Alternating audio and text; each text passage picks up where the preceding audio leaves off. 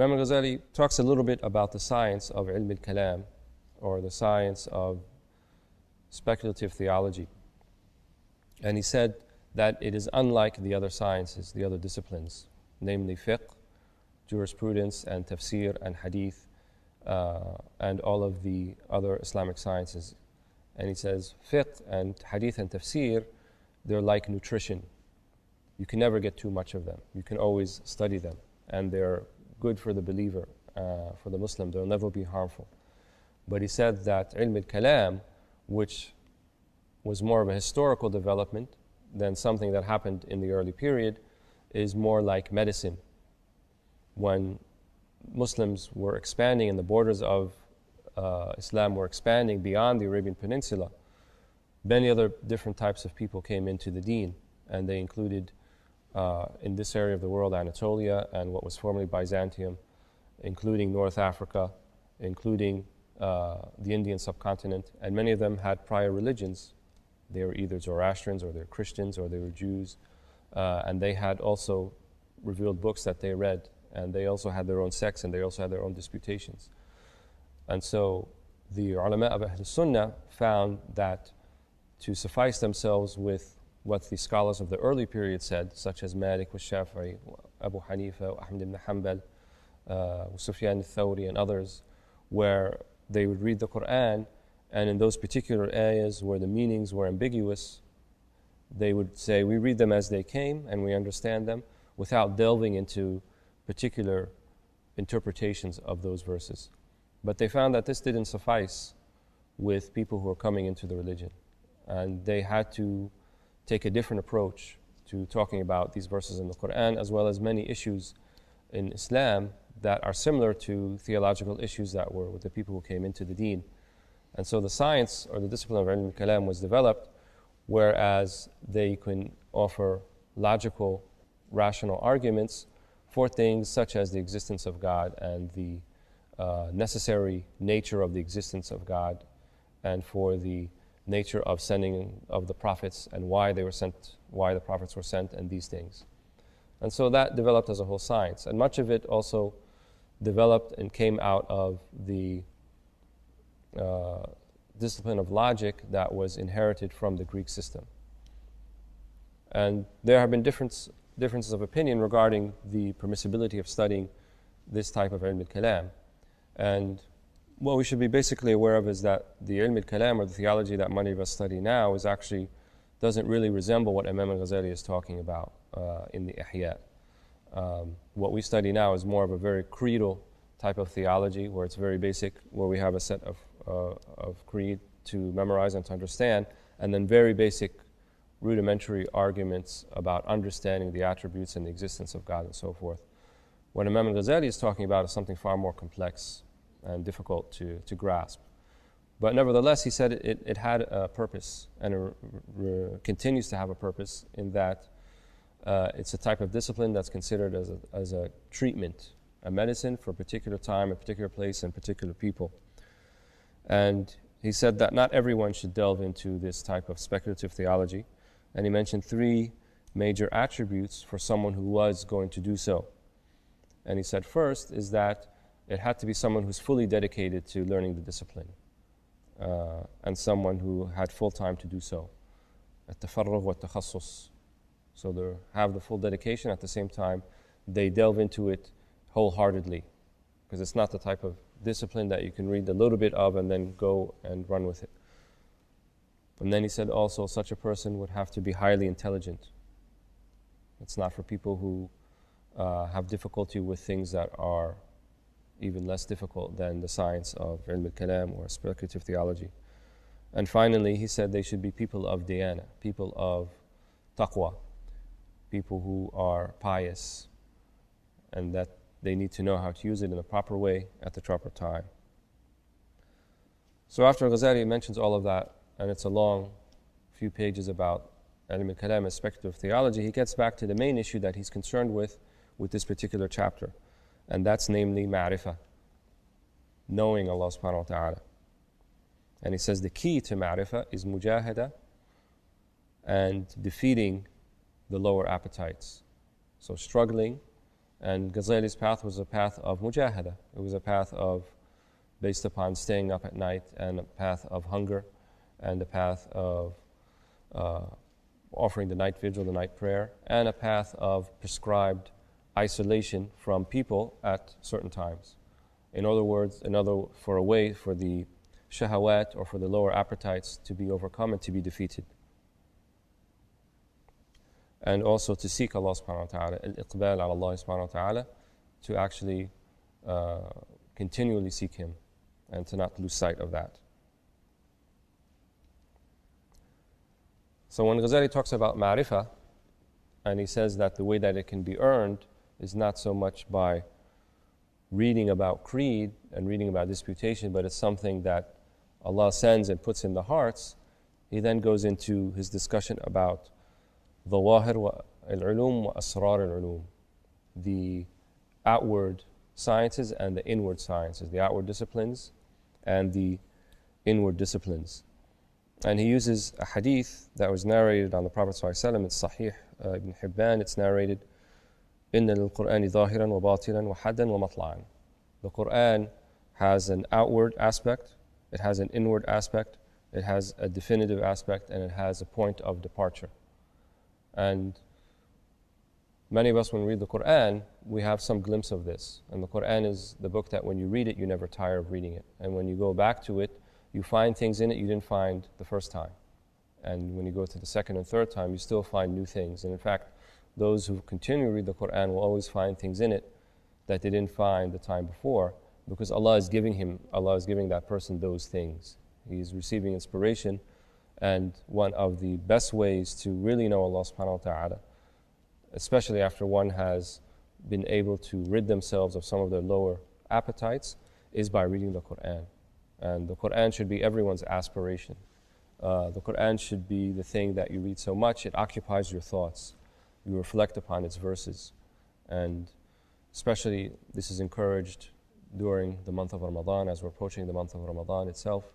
It's a time to prepare oneself to really re-establish, if you don't have a solid relationship with the Quran, or to continue that relationship with the Quran, but intensify it during the month of Ramadan. And it was the way of the Salihin and the righteous people and the pious people before us that they dedicated themselves entirely to the Quran during Ramadan. In fact, anything else that they were reading during that time, they would suspend for the month of Ramadan to fully concentrate upon the month of Ramadan. And most of the Islamic seminaries, in fact, would be on hiatus during the month of Ramadan, because it was seen as that month of reflection and that month of really contemplating the meanings of the verses of the Quran and reading the Quran with tadabbur, contemplation and reflection. So he said there is an outward and there is an aspect. And he also mentions that the Prophet ﷺ said to the Sahaba, لو تعلمون ما أعلم لضحكتم قليلا ولا بكيتم كثيرا. If you knew what I knew, then you would laugh less and weep much more. And the Prophet ﷺ did not elaborate on what that was exactly, what he knew. But what the hadith indicates is that he knew something that even the Sahaba, who were the most elevated people in rank after him, ﷺ, they themselves did not know. And if it was something that was not in the outward science of the Quran or the hadith, then it's something that's specific to the Prophet ﷺ, an inward type of science. Ghazali also quotes a Tustari, where he says that the scholar has three types of knowledge.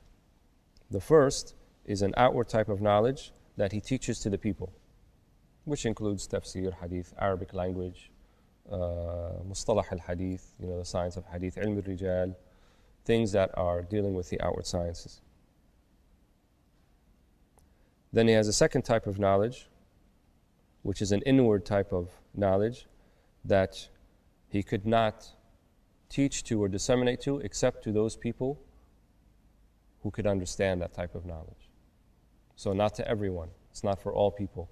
He said, لِأَهْلِهِ. So the ahl of something are the people who are of that type of knowledge, those who can reflect upon it and can use it. In other words, if that type of knowledge was to be transmitted to people who could not really reflect upon it, it would be a fitna for them. And it's narrated, this khabar goes back to Ibn Mas'ud, that you cannot mention something or teach something to people that they cannot understand, except it becomes a trial for them, a tribulation, a fitna. And so the scholar has to keep this in mind, and has to keep in mind the people that he's teaching, and whether they are at a stage where they can accept and understand that which he is trying to teach them, that which he is trying to convey to them. And then lastly, the third type of knowledge, he says it's a type of knowledge that is between him and Allah subhanahu wa ta'ala, and that he should tell no one about. Something very specific to him. And these are like tajalliyat. These are like things that Allah makes manifest to the believer. He gives them understandings of the unseen and of the divine realm that can't be understood via the outward disciplines, but nevertheless, these are spiritual gifts that Allah subhanahu wa ta'ala can give to some. And so that type of knowledge, if it were to be disseminated, if it were to be talked about, it becomes a fitna. It becomes a trial for many. And we see that some of the ulama actually did go ahead and do that. They actually did talk about some of these spiritual insights that they received. And it did become a great fitna for many people, because when you're talking about things of the divine, the language itself will struggle to express that. And they have a saying, al-ibaratu jafa', that the ibara, the phraseology that's used to try to express such things that are beyond expressionable, if one doesn't understand the code of the language that's being used to understand it, then it becomes a fitna for them, and they can understand that which is not intended. And so there were some people who accused Shaykh al-Akbar Ibn al-Arabi of doing that, of talking about types of knowledge that people couldn't understand, and in types of phraseology that was very enigmatic and difficult to understand. And the ulama tell us that the books of Ibn al-Arabi are for the people who can understand Ibn al-Arabi, not for everyone. And in fact, he actually wrote those books in that manner so that it was meant for specific people and not for everyone to understand. And people like Ghazali and others, they tell us that we should at least have istislam. We acknowledge the maqam, the rank of people like Ibn al-Arabi and even al-Tustari and Ibn Sab'in and others. But at the same time, if we don't have the faculty, we don't have the adawat, we don't have the tools by which we can understand their books, then we should refrain from reading their books until which time we do have them, or if we never have them, we can still grow quite much in our deen and reach high ranks without reading the books such as Ibn al-Arabi. And for those who can, and those who have a teacher, and those who can grasp what Ibn al-Arabi is trying to say, then they are free to do so. And so this sort of understanding that people are different in their levels of understanding and in their ability to adapt and to interpret text is something that's acknowledged in the deen. There are ranks, there is tafawut. Even in paradise, there will be different levels for different people. People's knowledge of God, of Allah subhanahu wa ta'ala in this world is going to vary from one person to the next. And so the deen acknowledges that. Even Imam Malik himself, he said that there are 13 types of knowledge, of discipline that I learned in my lifetime, and I told no one about them. لَمْ أَبُثُّهُ لِأَحَدٍ. I did not disseminate them to anybody. So even the mujtahid imams who are associated with the outward disciplines, the outward sciences, such as Imam Malik and Imam Shafi'i and Abu Hanifa and Ahmad ibn Hanbal and others, they themselves had a type of inward understanding that they knew should not be disseminated to people, because it's only meant for certain people, and perhaps it's not meant for anyone. It's something that Allah subhanahu wa ta'ala chooses for you, and you keep it to yourself.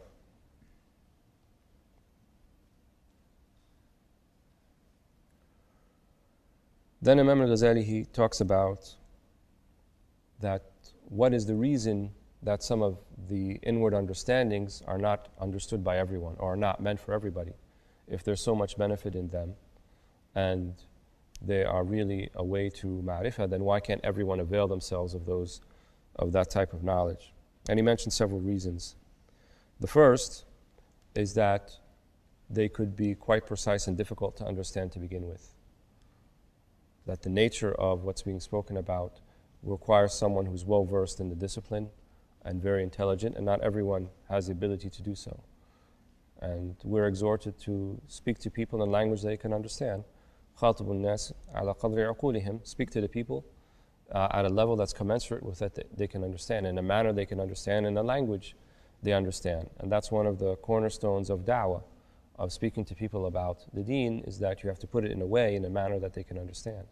And so that particular way of some of our ulama is not going to be understandable for everybody. And there are going to be particular secrets and pearls and jewels within our Islamic disciplines that are not readily understood by everybody. The second reason, he said, is that it can be harmful to some people. It could be a fitna, trial, as we mentioned, for some people and not others. And he compared this to the sun rays, the light of the sun during the day is harmful to bats. And the bats can see at night better than they can see during the day. But nevertheless, because of the brightness of the sun, it's too much for the bat to handle, so it doesn't venture out during the day. And if it were to do so, it could become blinded. So, because of the radiance of the sun, it is a trial and tribulation for the bat, much in the same way that the radiance of some of these disciplines is difficult for people to understand. It would be a fitna for them.